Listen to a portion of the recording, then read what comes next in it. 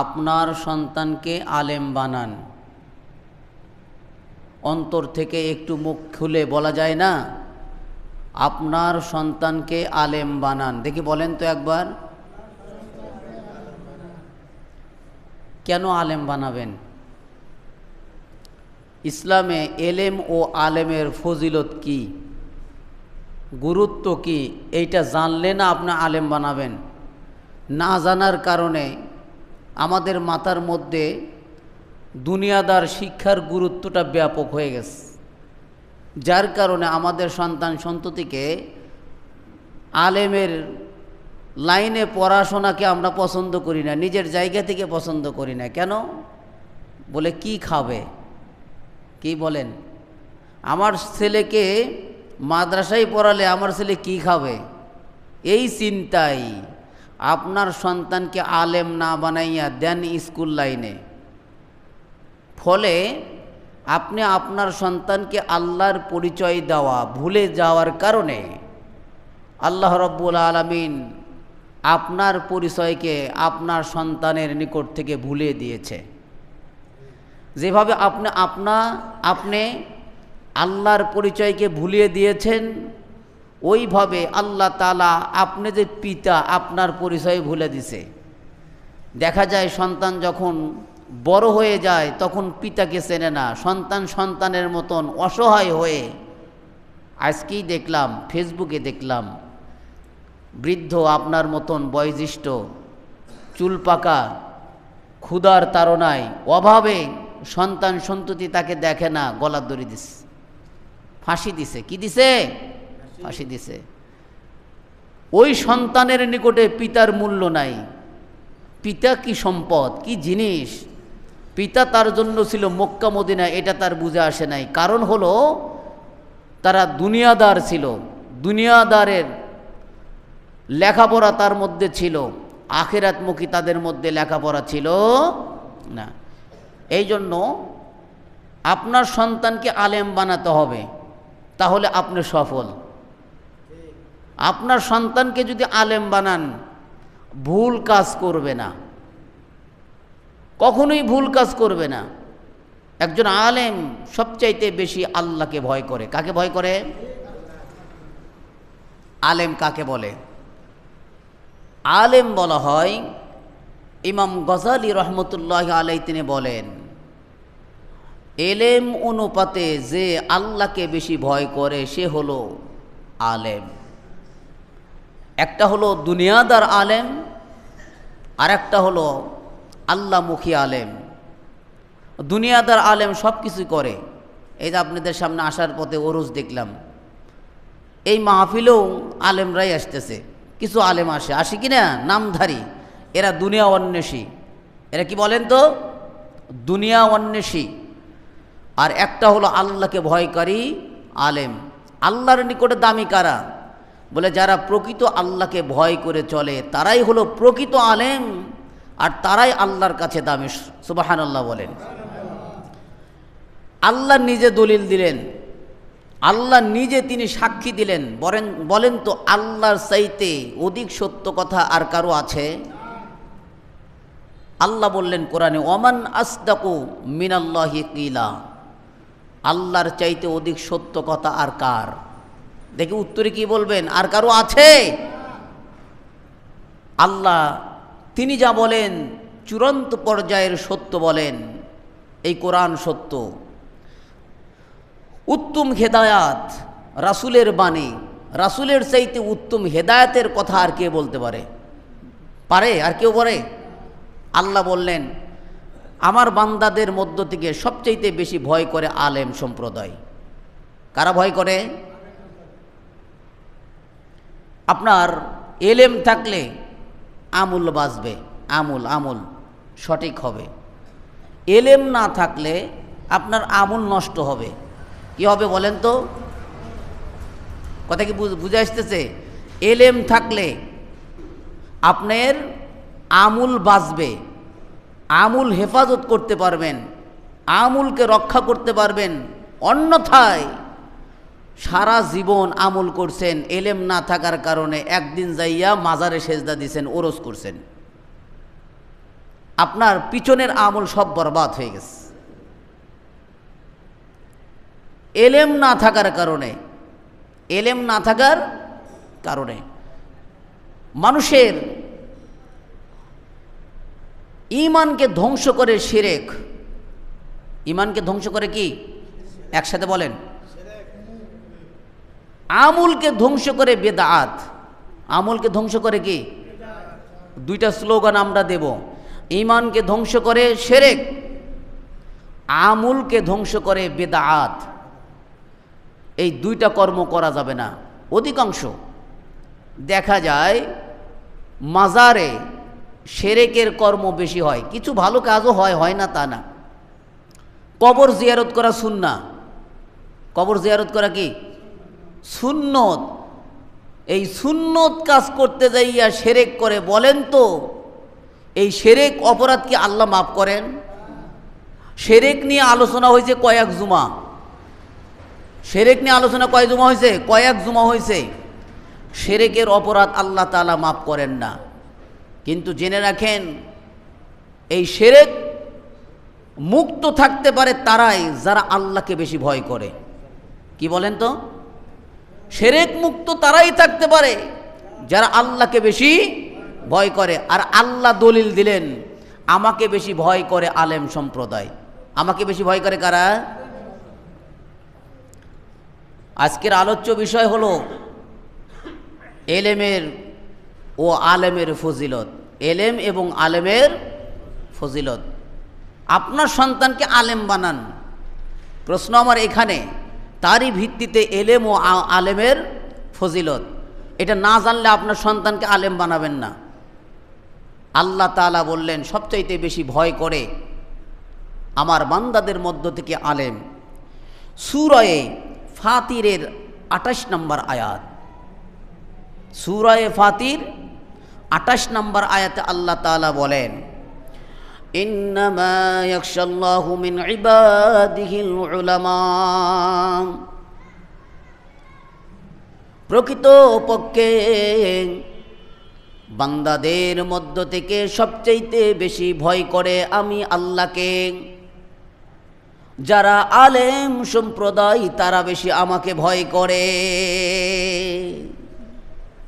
আপনার সন্তানকে বেশি ভয়কারী বান্দা হিসাবে যদি উপস্থাপন করতে চান, দুনিয়াতে রাখতে চান, তাহলে আপনার সন্তানকে আলেম বানাতে হবে।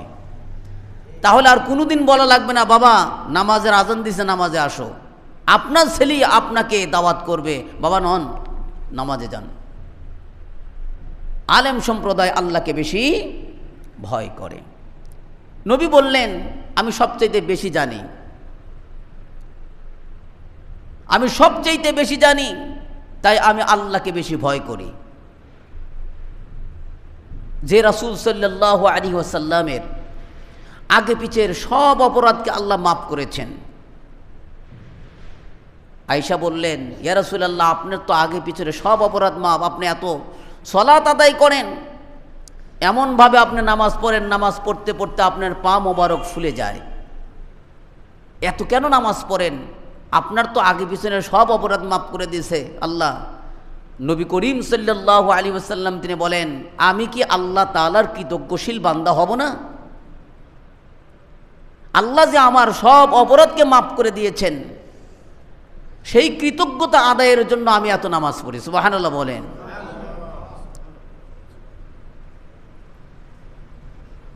যে রাসূল সাল্লাল্লাহু আলাইহি ওয়াসাল্লাম সর্বকুলের শ্রেষ্ঠ, তার যদি ইবাদত বন্দেগী করা লাগে, আমাদের কিছু মাজার ভক্ত মানুষ,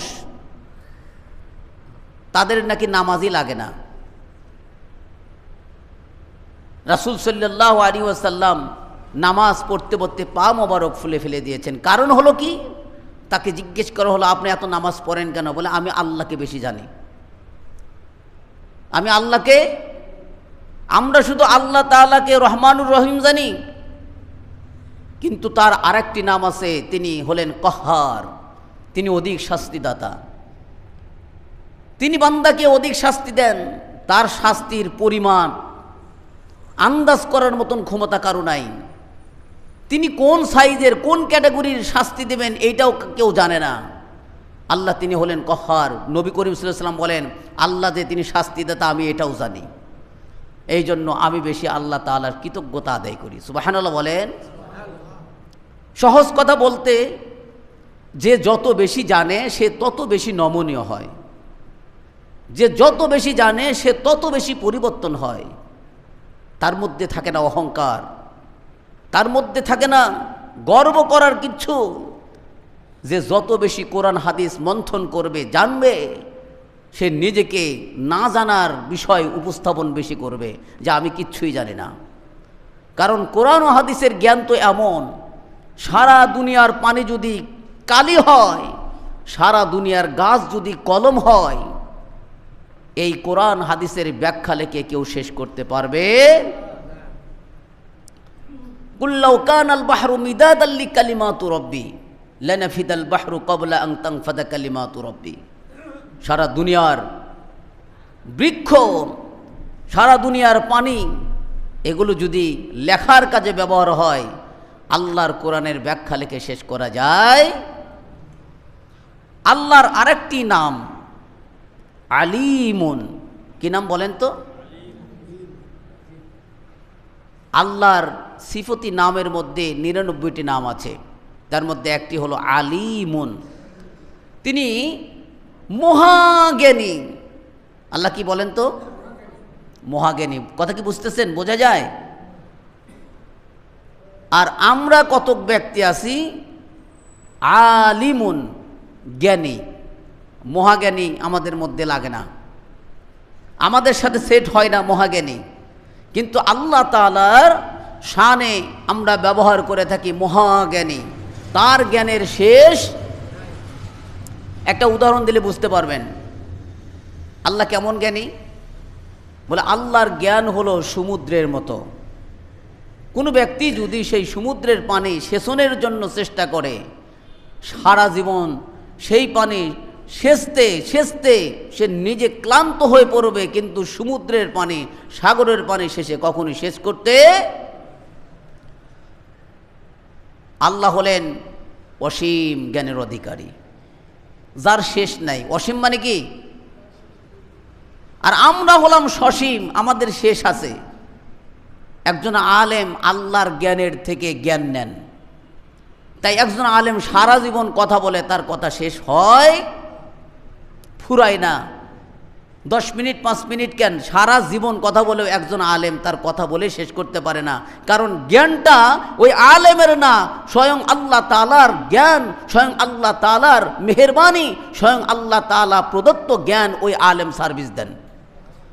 আলেম যখন কথা বলেন তখন বলেন কল আল্লাহু তাআলা। এই কথা কি বুঝতেছেন? আলেম যখন কথা বলে তখন বলে কল আল্লাহু তাআলা, আল্লাহ তাআলা বলিয়াছেন। আলেম যখন কথা বলে তখন বলে কলা রাসূলুল্লাহ সাল্লাল্লাহু আলাইহি সাল্লাম, আল্লাহর রাসূল বলিয়াছেন।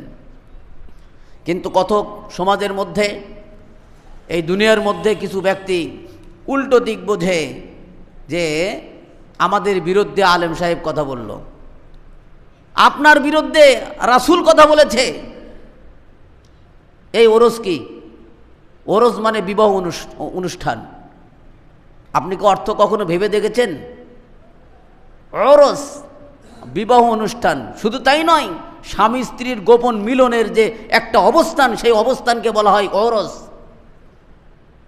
এমন একটি শব্দ ব্যবহার করে মাহফিল দিচ্ছেন। না, এগুলো করা যাবে না, জ্ঞান না থাকার কারণে এগুলো হচ্ছে। আপনার মধ্যে যদি জ্ঞান থাকে আপনি কখনোই অন্যায় কাজে যাবেন না। আল্লাহ তাআলা তিনি বলেছেন সূরা মায়েদা 2 নম্বর আয়াতে বলেন ওয়া তাআওয়ানু আলাল বিররি ওয়াত তাকওয়া ওয়া লা তাআওয়ানু আলাল ইসমি ওয়াল উদওয়ান। তোমরা ন্যায়সঙ্গত কাজে সাহায্য সহযোগিতা করো, অন্যায় কাজে তোমরা সাহায্য করো না। কে সাহায্য করতে গেলে কোন কাজে করবেন? ন্যায়সঙ্গত কাজে, অন্যায় কাজে করবেন না। আপনি ন্যায় কোনটা অন্যায় কোনটা জানেন না। আল্লাহর রাসূল সাল্লাল্লাহু আলাইহি সাল্লাম বলেন একজন আলেমকে বশ করা কখনোই সম্ভব নয়। শয়তানের জন্য 1000 আবেদকে বশ করা যতটা সহজ, কিন্তু একজন আলেমকে বশ করা এতটা সহজ নয়। 1000 আবেদকে শয়তানের জন্য বশ করা অতি সহজ, কিন্তু একজন আলেমকে বশ করা শয়তানের জন্য এত সহজ, শয়তানের জন্য অধিক কঠিন, ভয়ঙ্কর। এই জন্য আলেম হন, অথবা আলেম হতে পারছেন না, আলেমের ছাত্র হন। আলেমের ছাত্র হতে পারতেছেন না, আলেমের কথার শ্রবণকারী হন, তাও পারতেছেন না, আলেমকে মোহাব্বতকারী হন। কেন? আপনাকে হালাল হারাম শিক্ষা দেয়, কোনটা জায়েজ কোনটা না জায়েজ এইগুলো আলেম শিক্ষা দেয়, তাকে আপনারা মনিব জানেন। আলেম থেকে আপনারা শিখতেছেন, আলেমের প্রতি দরদি হন, বিদ্রোহ করেন না, ফাতাহলিক, ধ্বংস হয়ে যাবেন। কি ব্যাপার, কথার জন্যই কেন? আলেমের বিদ্রোহ করা আল্লাহর বিরুদ্ধে দাঁড়ানো, আলেমের বিরুদ্ধাচারণ করা রাসূলের বিরুদ্ধে দাঁড়ানো। একজন ব্যক্তি যদি আলেমের বিদ্রোহ করে, ওই ব্যক্তির ঈমান থাকে না। আলেমের বিদ্রোহ করলে নবী বলছেন ওই ব্যক্তিটা বেঈমানের সহিত মৃত্যুবরণ করবে। নাউযুবিল্লাহ বললেন না? কেন? বলে আলেম সে তার নিজের ব্যক্তিগত কথা বলে না, আল্লাহ তাআলার কথা বলে। আলেম বেশি আল্লাহকে ভয় করে, তাই কারো দিকে তাকায় না, আমানতের খেয়ানত করে না, আল্লাহ যা বলেছে তাই বলে। আমার প্রতি বাধা আসলো নাকি দরদ আসলো এটা দেখে না, দেখে কি বলে আল্লাহ কি বলেছেন, রাসূল কি বলেছেন, সেই কথাটাই একজন আলেম স্প্রে করে, একজন আলেম তার আলোচনায় স্পষ্ট করে দেয়। আল্লাহ তাই দলিল দিলেন, আমার বান্দাদের মধ্যে সবচাইতে বেশি ভয় করে একজন আলেম। আলেম হলো সবচাইতে বেশি আল্লাহকে ভয় করে, এই দলিল দিছে কে? আল্লাহ। নবী করিম সাল্লাল্লাহু আলাইহি ওয়াসাল্লাম তিনি বলেন, আল্লাহ যেভাবে সাক্ষী দেন ওইভাবে ফেরেশতারাও সাক্ষী দেয়। আলেম সম্প্রদায় আল্লাহর ব্যাপারে অধিক সাক্ষী দেয়। সুবহানাল্লাহ বললেন না? সাধারণ মানুষের চাইতে আলেম সম্প্রদায় আল্লাহর ব্যাপারে বেশি সাক্ষী দেন। সত্য না মিথ্যা? আলেম সম্প্রদায় যত আল্লাহ তার রাসূলের কথা বলে, এত কথা কি সাধারণ মানুষ বলে? আল্লাহ তাই বলতেছেন আলেমের সাক্ষী গ্রহণযোগ্য। আলেম আমার ব্যাপারে সাক্ষী দেন, আল্লাহ বলেন। দেখেন সূরা ইমরান 18 নম্বর আয়াত, আল্লাহ তাআলা তিনি বলেন, শাহিদাল্লাহু আন্নাহু লা ইলাহা ইল্লাল্লাহ লা ইলাহা ইল্লা হুয়া ওয়াল মালাইকাতু ওয়া উলুল ইলমি কাইমান বিল কিসত। একজন আলেম কেমনভাবে সাক্ষী দেয়? আল্লাহ বলতেছেন, আল্লাহ তিনি বলেন, শাহিদাল্লাহু আন্না, অবশ্যই আল্লাহ তাআলা সাক্ষী দেন, এবং তার ফেরেশতাকুল সাক্ষী দেন, এবং ওলামা কিরাম, আলেম ওলামা তারা সাক্ষী দেন। এই দুনিয়ার নিজাম শৃঙ্খলের সহিত, ন্যায় ইনসাফের সহিত, ন্যায় নীতির সাথে আল্লাহ তাআলা এই দুনিয়াকে প্রতিষ্ঠিত করেছেন, এই ব্যাপারে একজন আলেম সাক্ষী দেন, ফেরেশতারা সাক্ষী দেন, আল্লাহ তাআলা নিজে সাক্ষী দেন। ওয়া আন্নাহু লা ইলাহা ইল্লাহু, আল্লাহ ছাড়া কোনো ইলা নাই, এই কথার সাক্ষী দেয় একজন আলেম। সুবহানাল্লাহ বললেন না? আপনারা শোনেন না এই কথার সাক্ষী আমি একাধিকবার দিয়েছি, আল্লাহ ছাড়া কোনো ইলা নাই? শুনছেন? এইভাবে আলেম ওলামা আল্লাহর ব্যাপারে একাধিকবার সাক্ষী দেন। তাই আল্লাহ বলতেছেন আলেম আমার ব্যাপারে সাক্ষ্য দেয়, সুতরাং আলেমের সাক্ষী গ্রহণযোগ্য। আলেমের সাক্ষী গ্রহণযোগ্য। একজন আলেমের মর্যাদা আল্লাহ তাআলার কাছে আছে। আল্লাহ তাআলার নিকটে আলেমের মর্যাদা বেশি। পৃথিবীতে যত শ্রেণী থাক, আলেমের মর্যাদা আল্লাহর কাছে বেশি। আপনার দৃষ্টিতে আলেমের মর্যাদা কম হতে পারে, তাই তো আপনার সন্তানকে আলেম বানান না, বানান না আলেম।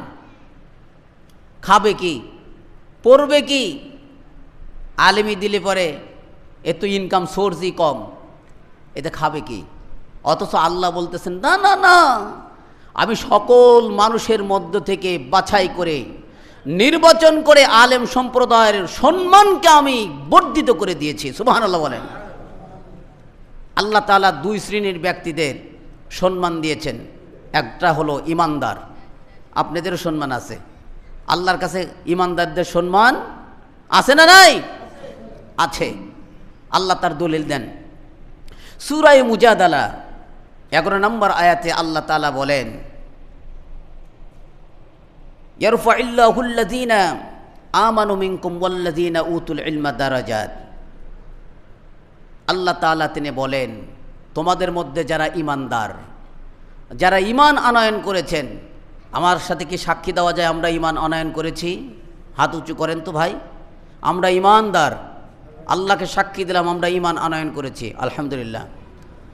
লসের মধ্যে নাই, মসজিদে এসে কোনো আলোচনাই লস প্রোডাক্ট নাই, লাভের প্রোডাক্ট। আল্লাহ বলতেছেন যারা ঈমানদার তাদের মর্যাদাকে আমি সমুন্নত করেছি। সুবহানাল্লাহ বলেন। ঈমানদার হইলে মর্যাদা উঁচু করেন কে? আর হাত তুলে ঈমানদার হওয়ার সাক্ষী দিয়েছেন আল্লাহ। আপনার সম্মান বাড়ায় দিবেন না কমায় দিবেন? ওয়াদাকার আল্লাহর। এরপরে আল্লাহ তাআলা বলেন, এই ঈমানদারদের মধ্য থেকে আবারও আমি বাছাই করি। সুবহানাল্লাহ বলেন। ঈমানদারদের মধ্য থেকে আবারও বাছাই করে যারা আলেম সম্প্রদায়, ঈমানদারদের মধ্যে যারা আলেম সম্প্রদায়, আমি তাদেরকে আরো স্পেশালি মর্যাদা বৃদ্ধি করে দিই। সুবহানাল্লাহ।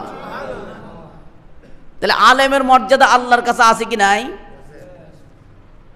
আল্লাহ তাআলা তিনি বলেন, আমি আলেমের মর্যাদা সর্বদাই দিয়ে থাকি। সর্ব অবস্থায় আল্লাহ তাআলা আলেমকে কদর করে, আলেমকে ভালোবাসে। কারণ আল্লাহ তাআলা তিনি বলেন, ওয়ায়াতাযাক্কারু উলুল আলবাব, জ্ঞানীরা একমাত্র আল্লাহ তাআলার উপদেশ কবুল করে। জীবনে দেখেছেন পাগলে আপনার উপদেশ গ্রহণ করেছে? দেখেছেন? জ্ঞান ছাড়া উপদেশ গ্রহণ করা যায় না ভাই। আল্লাহ তাআলা তাই বললেন, জ্ঞানীরাই একমাত্র আমার উপদেশ কবুল করে, গ্রহণ করে, তারা উপদেশ মানে। জ্ঞান ছাড়া কেউ উপদেশ মানে? তাই আমি জ্ঞানীদেরকে সম্মানিত করেছি। সর্বপ্রথম আপনার আলেমকে, আপনার দেহের মধ্যে সর্বপ্রথম আলেম হলো আপনার কান। কান 1 নম্বর আলেম। সর্বপ্রথম আলেম হলো কান। আল্লাহ ইচ্ছা করলে কানকে পায়ের কাছে সেটিং করে দিতে পারতেন, পায়ের কাছে সেটিং করে দিতে পারতেন, কিন্তু দেন নাই। কেন? আমি আলেমকে সম্মান করি, তাই আল্লাহ তাআলা সবার উপরে সেট করছে, মাথায় সেট করছে। সুবহানাল্লাহ বললেন না? এই যে কোরআন হাদিসের কথা আপনি শুনতেছেন, না শুনে কি জ্ঞানী হওয়া যায়? এই কান সর্বপ্রথম আলেম। আল্লাহ তাআলা তা পরে বললেন, আমি শুধু তাকে ইজ্জত দিয়ে উপরে তুলি নাই, এই কানের সিকিউরিটি আমি নিয়েছি, নিরাপত্তার জিম্মাদারি আমি নিয়েছি। আল্লাহ এই কানকে সঠিক রাখার জন্য আমি সিপি করেছি। শুধু তাই করি নাই, ডিপ করেছি, সরাসরি কেউ যেন কানে আঘাত না করতে পারে। সুবহানাল্লাহ বলেন। আমি শুধু তাই করি নাই, এই কানের মধ্যে আমি পর্দা করেছি। পর্দা যে কোনো জিনিস সরাসরি যাইয়া প্রবেশ যেন না করতে পারে। এটা একমাত্র কারণ হলো কান 1 নম্বর আলেম হওয়ার কারণে আমি কানের ইজ্জত দিয়েছি। সুবহানাল্লাহ বলেন। এরপরে 2 নম্বর আলেম হলো আপনার মুখ। এই মুখ আপনার 2 নম্বর আলেম। মুখ থেকে আবৃত করেন। আল্লাহ তাআলা বলেন, আমি একে ইচ্ছা করলে তো সহজ করে পায়ের কাছে দিলে তো খাবার সহজ করে নিতে পারতো, অথবা হাতের সামনে যদি এই মুখটাকে দেওয়া হইতো সহজ করে নিতে পারতো, খাইতে পারতো।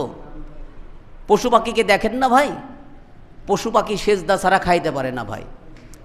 আপনাকে একবার বিচক্ষণতার সহিত লক্ষ্য করেছেন, পশু পাখি সেজদা ছাড়া খাইতে পারে না। আগে সেজদা দাও, পরে লোকমা খাও। আর মানুষকে আল্লাহ তাআলা বাধ্য করে নাই, তোমাকে স্বাধীনতা দিলাম, আমার প্রভুত্ব, আমি যে তোমার রব, এইটা মানলে ভালো, তোমার না মানো তোমার ক্ষতি, কিন্তু আমি তোমাকে দুনিয়াতে তাও খাইতে দেব, মানলেও খাইতে দেব, না মানলেও খাইতে দেব। আল্লাহ তাআলা আপনাকে, আপনার মুখকে নিচে না দিয়া দিলেন কোথায়? আলেম হওয়ার কারণে মুখকে রাখলেন মাথার সাথে, সুবহানাল্লাহ বলেন। মাথার সাথে আপনার মুখকে সেট করে দিলেন। শুধু তাই নয়, একজন আলেম, জিব্বা, জিব্বা আলেম, জিব্বা ছাড়া কেউ কথা বলতে পারছে? জিব্বা হলেন আলেম। ওই আলেমকে সিকিউরিটি দেওয়ার দায়িত্ব আল্লাহ তিনি নিজে নিয়েছেন। কথা কি বুঝতেছেন?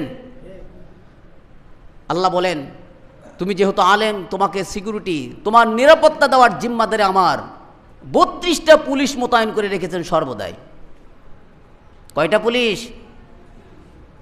কথা বলেন না কেন? কয়টা পুলিশ? 32টা।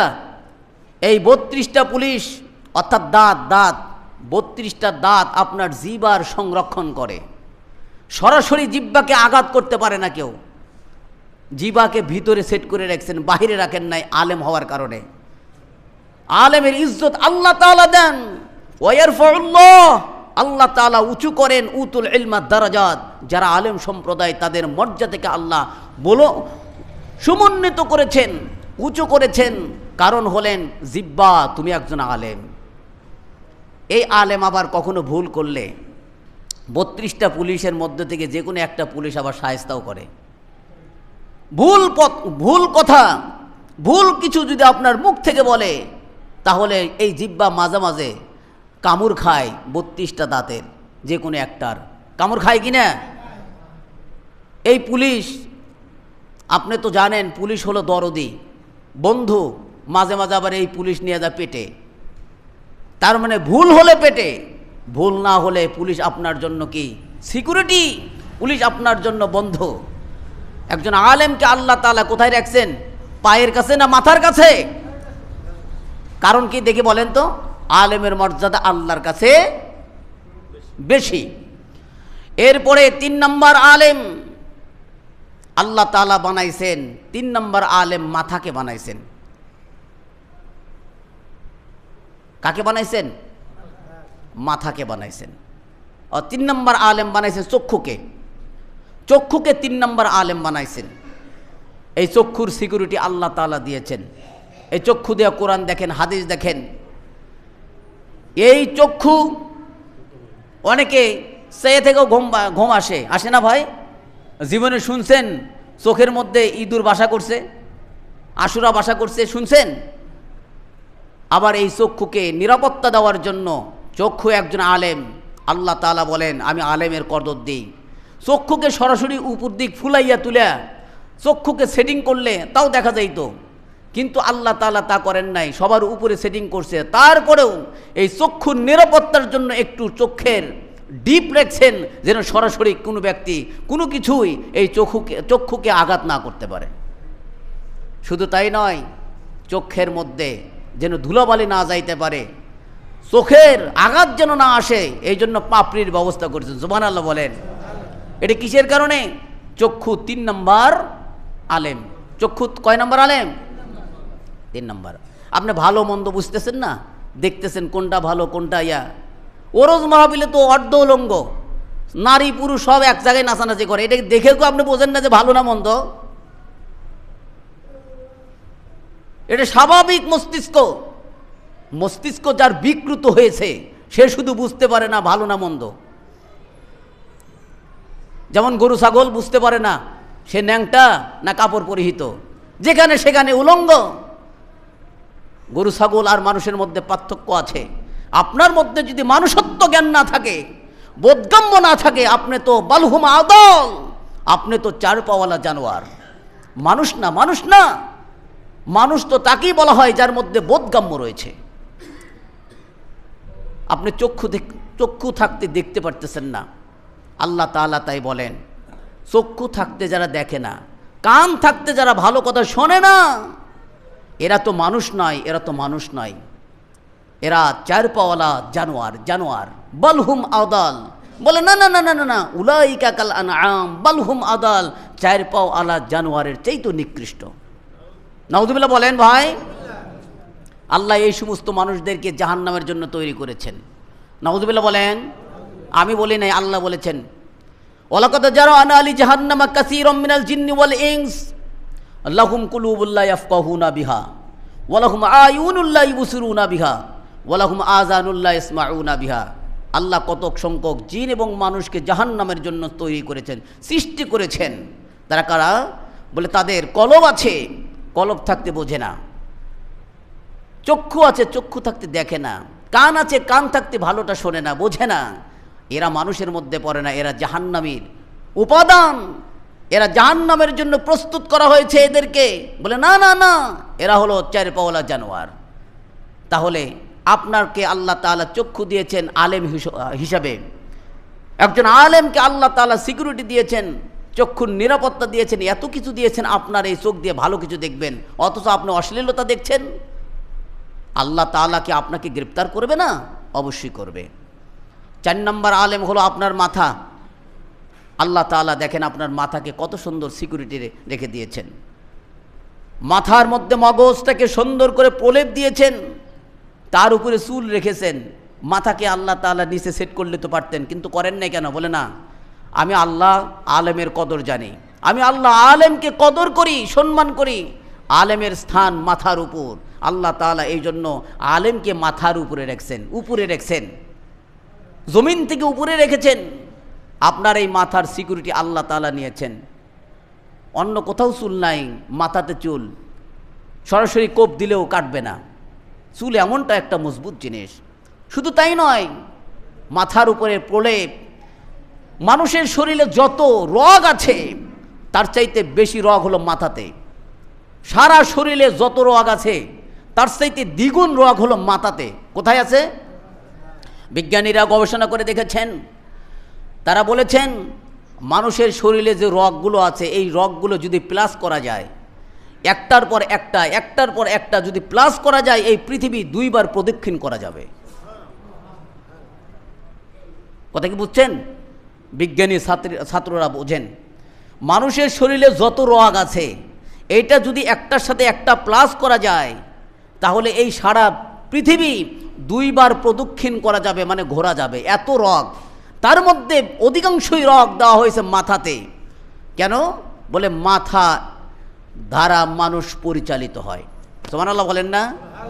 এই জন্য আল্লাহ তাআলা মাথাকে সংরক্ষণ করেছেন, মগজকে সংরক্ষণ করেছেন, মগজের উপর একটু হাড্ডি রেখেছেন, যেন এটাকে কেউ আঘাত না করতে পারে। আল্লাহ তাআলা আলেমের ইজ্জত দেন। মাথার জেহেনে যারা চলে, মাথার বুদ্ধিতে সঠিক পথে পরিচালিত হওয়া যায় না।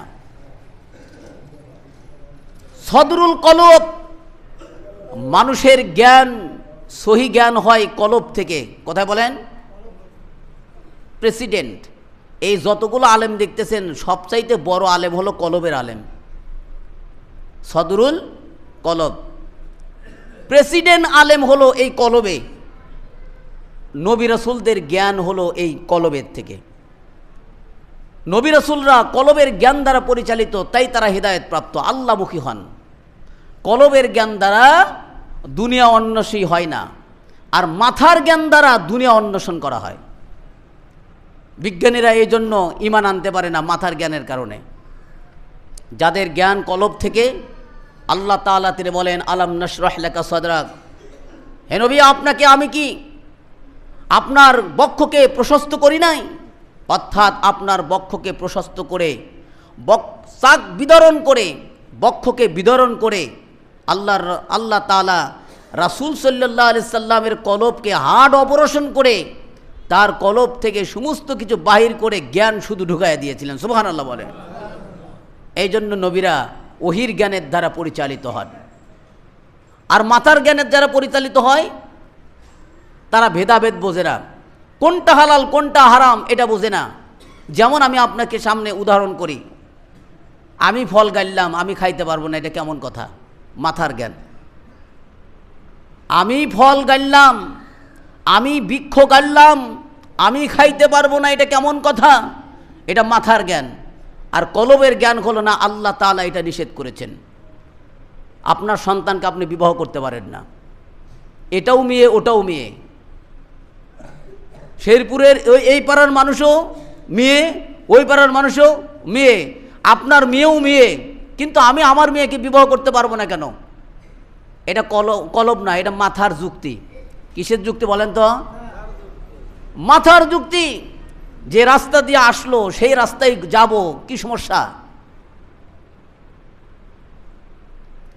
তরিকত যে সমস্ত ভণ্ড তরিকতরা এই সমস্ত যুক্তি পেশ করে, যে রাস্তা দিয়ে আইছে সেই রাস্তায় গেলে কি সমস্যা? এটা হলো আপনার মাথার যুক্তি। কিন্তু কলব বলতেছে না, তুমি তোমার মাকে বিবাহ করতে পারো না, তুমি তোমার বোনকে বিবাহ করতে পারো না। আপন বোন বিবাহ করা যায়? যারা মাথার জ্ঞানে পরিচালিত তারা সঠিক পথ পায় না, আর যারা কলবের জ্ঞানে পরিচালিত তারা সঠিক পথের দিশা পায়, তারা আলেমের মর্যাদা বোঝে। যারা মাথার জ্ঞানে পরিচালিত হয় তারা দুনিয়াকে বড় দেখে, দুনিয়াকে। আর যারা কলবের জ্ঞানে পরিচালিত হয় তারা দুনিয়াকে ছোট দেখে। নবী করিম সাল্লাল্লাহু আলাইহি সাল্লাম বলছেন, দুনিয়া তোমার জন্য ছায়ার মতন। ছায়া। এই দুনিয়াকে তুমি যদি ধরার চেষ্টা করো, দুনিয়া তোমার থেকে 65 কিলোমিটার বেগে সামনে আগাবে, তুমি ধরতে পারবে না। ছায়া ধরতে পারবেন? তুমি যদি উল্টো দিক পাস করো, আমি দুনিয়াকে ধরবো না, দুনিয়া আমাকে ধরবে। আপনি যদি ছায়াকে না ধরে আপনি আপনার পথে চলেন, আখিরাতের পথে চলেন, দুনিয়া আপনাকে ধরবে। সুবহানাল্লাহ বলেন। আচ্ছা বলেন তো, আপনি ছায়াকে ধরার জন্য দৌড় দিলে ছায়া আপনার থেকে আরও বেশি দৌড় দিবে না? কিন্তু আপনি ছায়াকে ধরবেন না, আপনি আপনার গন্তব্যে যাবেন, অর্থাৎ কিয়ামত, আখিরাত, রিসালাত, এর প্রতি আপনি দৌড় দিয়েছেন, তাহলে ছায়া আপনার দিকে দৌড় দিবে না? নবী করিম সাল্লাল্লাহু আলাইহি সাল্লাম তাই বলেন, মুমিন রেজেকের পিছনে দৌড়ায় না, রেজেকই মুমিনের পিছনে দৌড়ায়। আর একজন আলেম বক্ষের জ্ঞান দ্বারা পরিচালিত হয়, তাই তারা বোঝে দুনিয়া কিচ্ছু না, দুনিয়া কিচ্ছু না। দুনিয়ার জ্ঞান অন্বেষণে ব্যস্ত হওয়ার চাইতে আখিরাতের জ্ঞান অন্বেষণ করা অনেক উত্তম। তাই আল্লাহ তাআলা তিনি বলেন, একজন আলেম তারা আল্লাহকে বেশি ভয় করে, সুতরাং একজন আলেম আমার নিকটে সবচাইতে বেশি প্রিয়। সদরুল কলব, বক্ষ থেকে যার জ্ঞান পরিচালিত হয়, মানুষের সারা দেহ যার জ্ঞানটা এই বক্ষ থেকে পরিচালিত হয়, এই ব্যক্তি হেদায়েত প্রাপ্ত। আর যার জ্ঞানটা মাথা থেকে পরিচালিত সে গোমরাহ। কি বললাম? গোমরাহ। আল্লাহ তাআলা তিনি বলেন, বক্ষ যেহেতু সদরুল কুলুব, বক্ষ যেহেতু প্রেসিডেন্ট, সবচাইতে বড় আলেম, এই জন্য আমি তাকে কলবে সেট করছি। সুবহানাল্লাহ বলেন। বলেন তো, কলব এমন কঠিন জিনিস, সাধারণ যে কোনো ব্যক্তি এখানে কি আক্রমণ করতে পারবে, অ্যাটাক করতে পারবে? যার কলবে অ্যাটাক হয়েছে সে কি মরে যায় না বেঁচে থাকে? মরে যায়। আল্লাহ তাআলার সর্বোচ্চ সিকিউরিটি দিয়া বঙ্গভবন, এটা বঙ্গভবন, চতুর সাইড দেয়া পুলিশ, বিডিআর, আর্মি, সব কিছু। যার কলব ঠিক তার সব, যার কলব ঠিক নাই তার কিচ্ছুই ঠিক নাই। এই জন্য আল্লাহ তাআলা তিনি বলতেছেন, আমি আলেমকে ইজ্জত দিই, আমি আলেমের সম্মান দিই। আলেম হলো আমার নিকটে সবচাইতে সম্মানী, তার মর্যাদা আমি উঁচু করে দিই। সূরা মুজাদালা 11 নম্বর আয়াত। আল্লাহ তাআলা তিনি বললেন সচেতন করার জন্য, আল্লাহ তাআলা সচেতন করার জন্য বললেন, এই শোনো, যে জানলো আর যে জানলো না দুইজন কি সমান হয়? উত্তর কি বলবেন?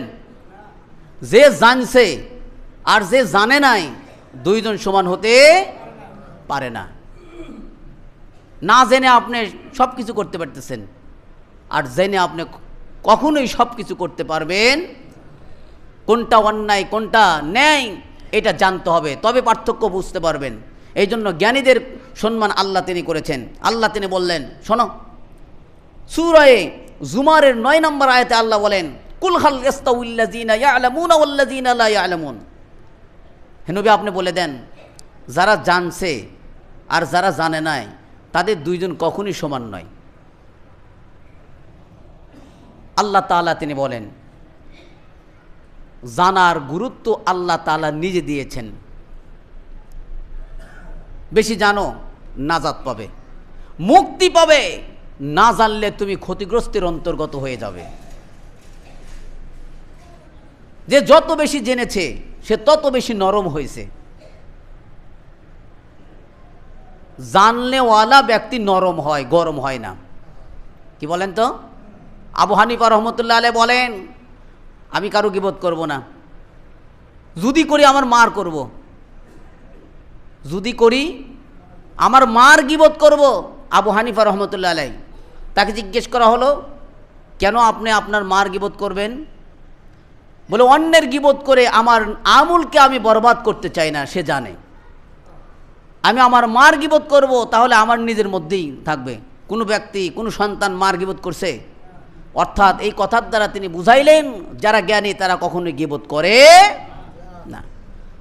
আল্লাহ তাআলার রাসূল বললেন, জানো জানো, জানার দ্বারা আল্লাহ তাআলার গজবের মধ্যে থাকবে না।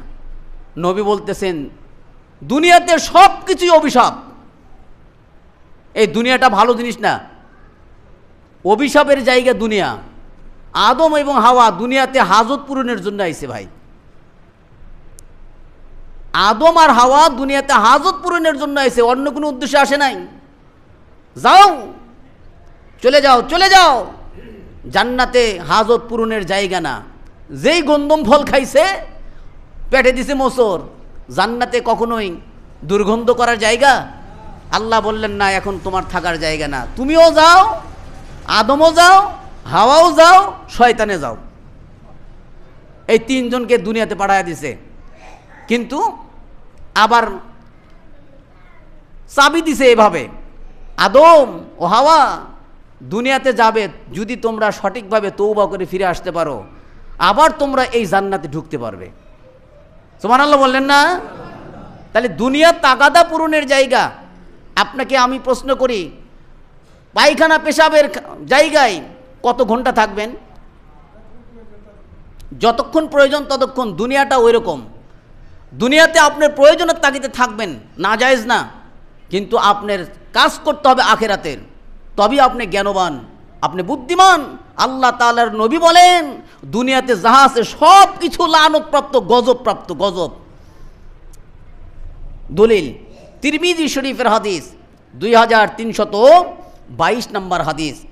হযরতে আবু হুরায়রা রাদিয়াল্লাহু তাআলা আনহু তিনি বলেন, নবী করিম সাল্লাল্লাহু আলাইহি সাল্লাম তিনি বললেন, আলা ইন্নাদ দুনিয়া মালউনাতুন, এই শুনে রাখো, শুনে রাখো, দুনিয়ার সকল কিছুই অভিশাপ।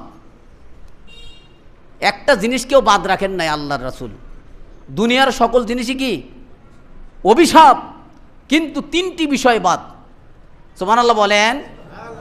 আমি শেষের কথা বলবো, এই তিনটার মধ্যে আমরা পড়ি কিনা, এই তিনটার মধ্যে আমরা পড়ি কিনা।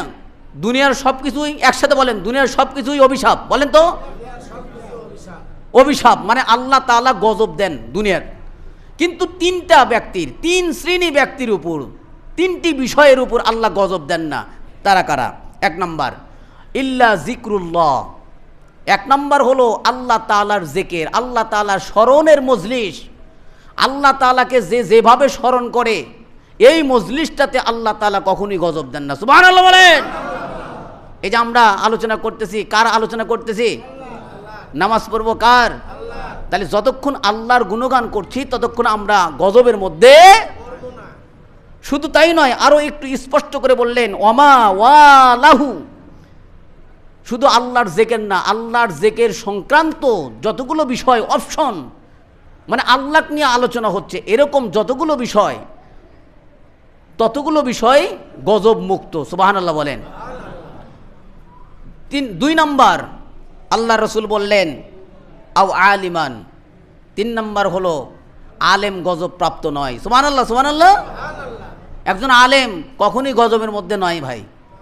আপনার সন্তানকে আলেম বানান, সবচাইতে বড় দান আপনি দিলেন, আপনার সন্তানকে সবচাইতে বড় হাদিয়া দিলেন, আপনার সন্তানকে আলেম বানান। আলেম কখনই গজবের মধ্যে থাকে না। এরপরে আল্লাহ তাআলার রাসূল বললেন, আও মুতাআল্লিমান, অথবা ছাত্র। এই যে আপনারা শিখতেছেন, শেখার নিয়ত করছেন, আপনার কি শেখার নিয়ত করেন যে মসজিদে আসেন, আমরা মসজিদ থেকে কিছু শিখব, এই নিয়ত কি থাকে ভাই? এই নিয়ত যদি থাকে, নবী বলছেন তারাও গজবের মধ্যে নাই। তাছাড়া পৃথিবীতে যাহা আছে সব কিছুই গজবপ্রাপ্ত, আল্লাহ তাআলার লানতকৃত। সুতরাং আমরা যেন আল্লাহর জিকিরের মধ্যে সর্বদাই মশগুল থাকতে পারি, অথবা আমার সন্তান অথবা নিজে আলেম যেন হতে পারি, অথবা আলেম না হতে পারলেও আলেমের যেন ছাত্র হই, আলেমের বিদ্বেষকারী যেন না হই। ফাতাহলিক ৫ম নাম্বার হলে কিন্তু ধ্বংস হয়ে যাবেন। আলেম হতে পারলে তো আলহামদুলিল্লাহ ভালো, আলেম না হতে পারলে তার ছাত্র হন, আলেমের ছাত্র না হতে পারলে শুধু শ্রবণকারী হন, শ্রবণকারী না হতে পারলেও আলেমকে মোহাব্বতকারী হন, আলেমের মোহাব্বতকারী না হতে পারলেও যদি আপনি এসে ব্যতিক্রম কিছু চিন্তা করেন, অনেক মজলিসে দেখা যায়, অনেক জায়গায় দেখা যায় আলেমকে নিয়ে সমালোচনা করে। ভাই এই খবরদার আলেমকে নিয়ে সমালোচনা, আল্লাহ তার রাসূলকে নিয়ে সমালোচনা, ওই ব্যক্তি ফাতাহলিক ধ্বংস হয়ে যাবে, ওই বেঈমানের সাথে মরবে। সুতরাং আমরা আমাদের দিনকে বাঁচাবো, আমরা আমাদের ঈমানকে বাঁচাবো, আমরা আমাদের আমলকে বাঁচাবো। তাহলে আপনি যদি এটা বাঁচাতে চান, আজকেই নিয়ত করে নেন আপনার সন্তানকে আলেম বানাবেন। আলেমের ফজিলত, এলেমের ফজিলত, আলেমের ফজিলত নিয়ে আলোচনা চলছে, ইনশাআল্লাহ আগামী জুমায় এর উপরে আলোচনা হবে। ওমা তৌফিক ইল্লা বিল্লাহ।